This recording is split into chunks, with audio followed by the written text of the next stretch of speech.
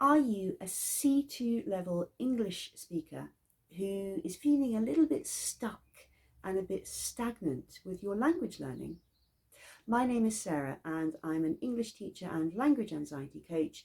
This video is especially for people at C2 and beyond, and I'm going to share 3 tips on how you can continue to grow and expand your language even into and beyond C2. So C2 level learners, once you've done perhaps Cambridge Proficiency or whatever it is, it's a little bit of a strange place to be, because on the one hand, you've reached the end. Like, there is nowhere else for you to go. There are no D levels for you to study. You can't get a higher score in your IELTS exam. You're apparently good enough to do a PhD in English. So where do you go? But on the other hand, I know, and I know that you know, that there is still room for improvement in your language, whether that's making small mistakes or not quite being able to use a wide range of vocabulary. So being at C2, it brings a particular set of challenges, and I think that these challenges are often not addressed.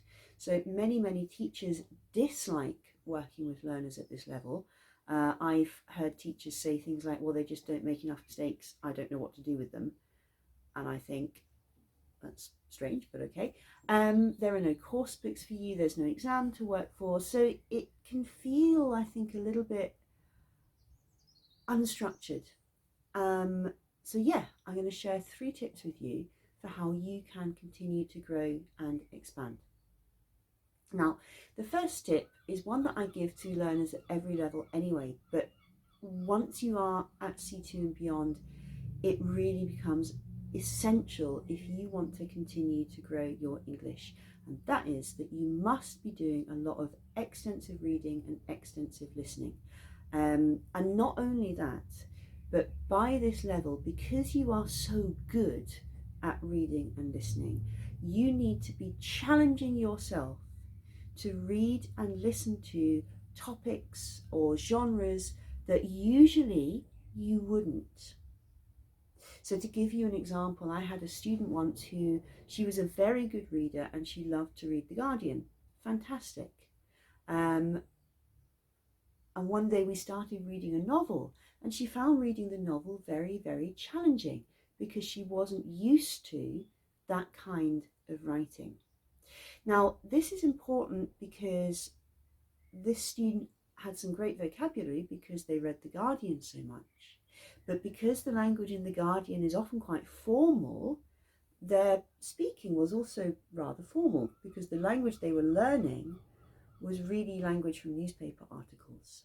So exposing yourself to a wide range of genres also brings you the benefit of exposing yourself to a very wide range of vocabulary, which is really what you want.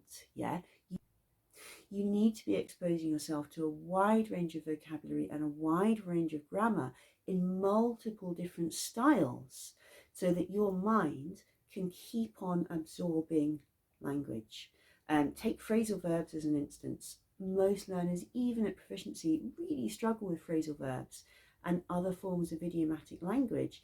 And if you're just reading The Guardian or The Economist or listening to the news, you are unlikely to be getting enough access to that kind of informal language. So extensive reading, extensive listening, but really you need to challenge yourself to step out of that comfort zone and look at stuff that you normally wouldn't, maybe even things that you don't like doing in your first language.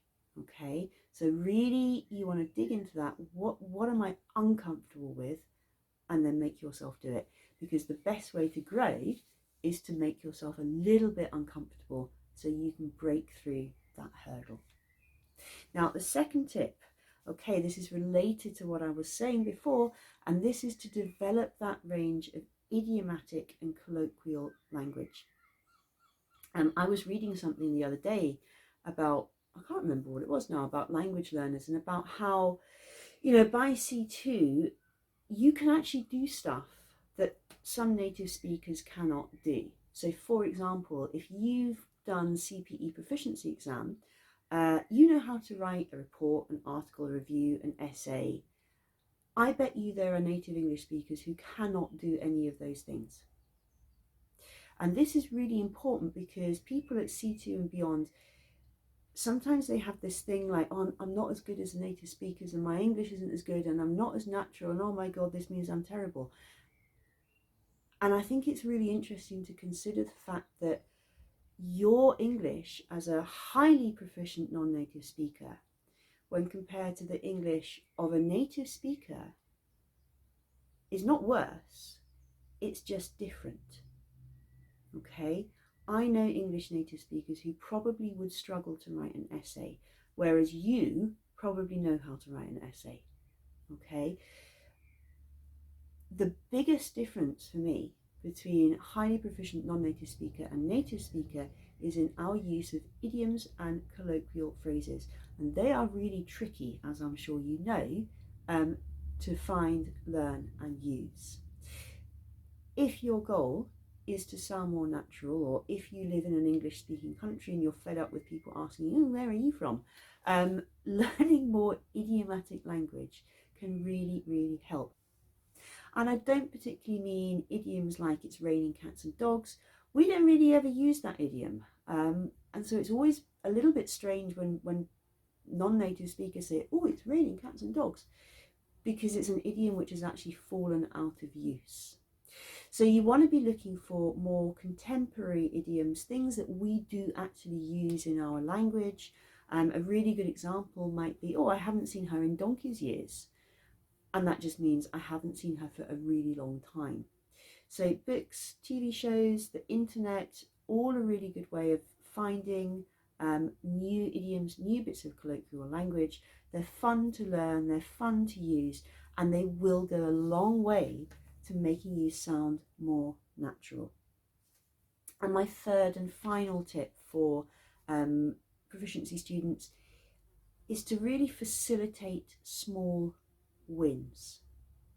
Now I'd like you, if you can, to cast your mind back to when you were at A1, if you can remember back that far. Just think of how many mistakes you used to make all the time, and just think of all those little successes that you had at that low level. You know, when I was a beginner Chinese language learner, I went shopping one day in China and I was able to ask for apples in a market, and I was so proud of myself for being able to buy apples that I almost skipped home because I was so excited. And that, you know, those beginning stages, people have small wins all the time. Oh, I know the word for apple. Oh, I can ask for something in a shop. Oh, that person understood me when I bought my coffee. And by C2, that just isn't happening anymore because you're too good, basically. So that means that C2 level learners often get this feeling that they're not making progress and things are terrible and they're not learning anything anymore. This actually isn't true. It's just that you don't notice it. So what this means is that you need to set up your study time to facilitate a feeling of small wins. So this really means that you need to be creating tasks that help you to notice changes. So examples of this, voice recordings are a great one. Getting your smartphone out, making a voice recording on a regular basis, challenging yourself to use new vocabulary, to work on that grammar structure that you're still a little bit confused about, and creating that record of voice recordings can really, really help you over time to notice changes in your language. Other things that you could be doing are, you know, literally making yourself memorize new bits of vocabulary on a weekly basis. You know, use Lightner cards, a Lightner box, and test yourself. And it's all about giving you that feeling of momentum and growth, which can be so hard for C2 level learners to have. So I hope these tips have been useful for you. If you have any comments, any questions, of course, please leave them below. I'm always really happy to help you guys. If you are watching this on my YouTube channel, Please do subscribe. There are new videos here all the time. And if you'd like my free course on learning how to speak English better, please on YouTube go to the banner and click on the link, and you will get a free 5-day email course with PDFs and video lessons. Thanks so much for watching. I will see you again soon.